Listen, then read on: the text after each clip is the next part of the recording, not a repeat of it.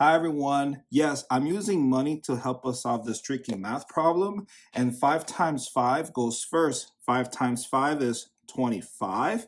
Next, I'll bring down the 7 minus down, and then the division symbol down, and the 8 down. Now we're looking at this. PEMDAS is saying that 25 divided by 8 goes first. So what is 25 divided by 8? I don't know. So I wrote it in a fraction form. Next, I'll bring down that 7 minus down, but in a fraction form to make the math fun and easy. 7 over 1 equals 7 does not change to 7. Next, we're going to subtract these two fractions, but the denominators are different, so I'll be using the butterfly method. So I'll be drawing two wings, two antennas, and a body, and you multiply what's inside the wings, and then you write the results above the antennas. And here's the body. 1 times 8 is 8. And 7 times 8 is 56. And then 1 times 25 is 25. And then you subtract 56 minus 25, which equals 31.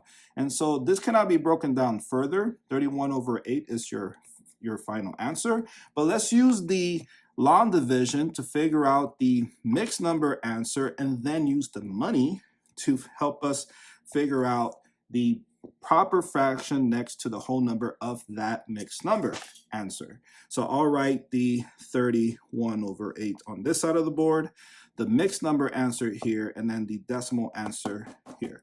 And here's the long division symbol, and the 31 goes inside. That's the dividend. The 8 goes outside. That's the divisor. How many times can 8 fit into 31? 3 times, because 8 times 3 is 24. Or 3 times 8 is 24. But if you use the 4, 8 times 4, or 4 times 8, it's going to go over 31, which is 32. So we can't use that one. So we're using 3. So 3 times 8 is 24. And then you subtract 31 minus 24, which is 7. So your mixed number answer is this whole number, which is 3. The remainder, which is 7, goes above the fraction bar, and the 8 goes below the fraction bar. And this 7 over 8 cannot be broken down further. So that is it. Now let's use the money to figure out what is 7 over 8. Yes, you can continue the long division, but that's going to take too long.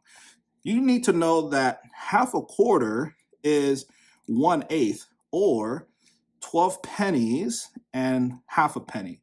And I have that visual right here. So you have 12 pennies and half a penny. That's half of a quarter. And if you add another 12 pennies and another half a penny, it's going to equal to a quarter. So that's 1/8. And you can write it like this. 1 over 8 plus 1 over 8 gives you 2 over 8. So you know that 2 over 8 is 25 pennies, or a quarter, or 0.25. So something to memorize. Just memorize that half a quarter is 12 pennies, and well, it's 25. Half of 25 is 12.5. But yes, we're using money. So a quarter is 0.25, and there's 0.12 pennies, and then half a penny. So let's use that same idea with 7 over 8. There is 7 of these. Seven of these 1 over 8. So we already know that 2 over 8 is 0.25. And we can do this. 2 over 8 plus another 2 over 8. I keep saying 8. So this is 0.25 plus 0.25. We already know that's 50 cents. So we just covered 4 over 8. So we cover 4 out of 7, which is 50 cents. Now let's keep doing that. We have 4 over